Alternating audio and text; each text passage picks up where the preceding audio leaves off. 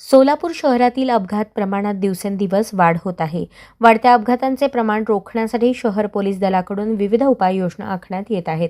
दरम्यान अपघात कमी करण्यासाठी शहरातील प्रत्येक चौकात स्पीड डायरेक्शन कॅमेरा लावण्याचा विचारधारेत असल्याची माहिती पोलीस आयुक्त वृष्टी जैन यांनी अस्मिता विजनशी बोलताना सांगितली. दरम्यान सोलापुरात कोणत्याही भागात अपघात जास्त होतात त्या भागाची पाहणी करून नुकतेच ती पाहणी करण्यात आली.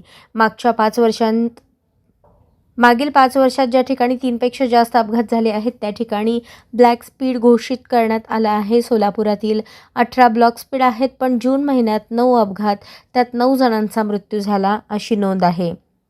याची चौकशी केली जात आहे का? चालकाचा निष्काळजीपणा यामध्ये दिसून आला.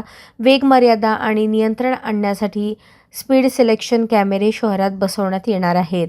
शहरात स्पीड लिमिट बोर्ड लावण्यात येणार आहे. वेगमर्यादेवर नियंत्रण आणण्यासाठी सोलापूर शहरातील लिमिट बोर्डवर लक्ष ठेवण्यात येणार आहे. यासाठी महानगरपालिकेची बैठक घेऊन त्यात NOC घेण्यात येणार आहे. याशिवाय रिक्षा थांबे वाढवण्यासाठी प्रयत्न करण्यात येणार आहे.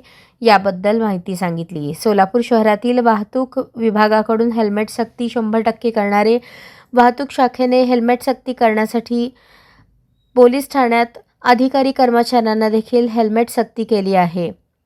ही सक्ती पुढील 1 ते 2 आठवड्यामध्ये लागू करण्यात येणार आहे. त्यानंतर लोकांमध्ये जनजागृती करण्यात येऊन त्यांनाही बंधन घालण्यात येणार आहे अशी माहिती त्यांनी दिली.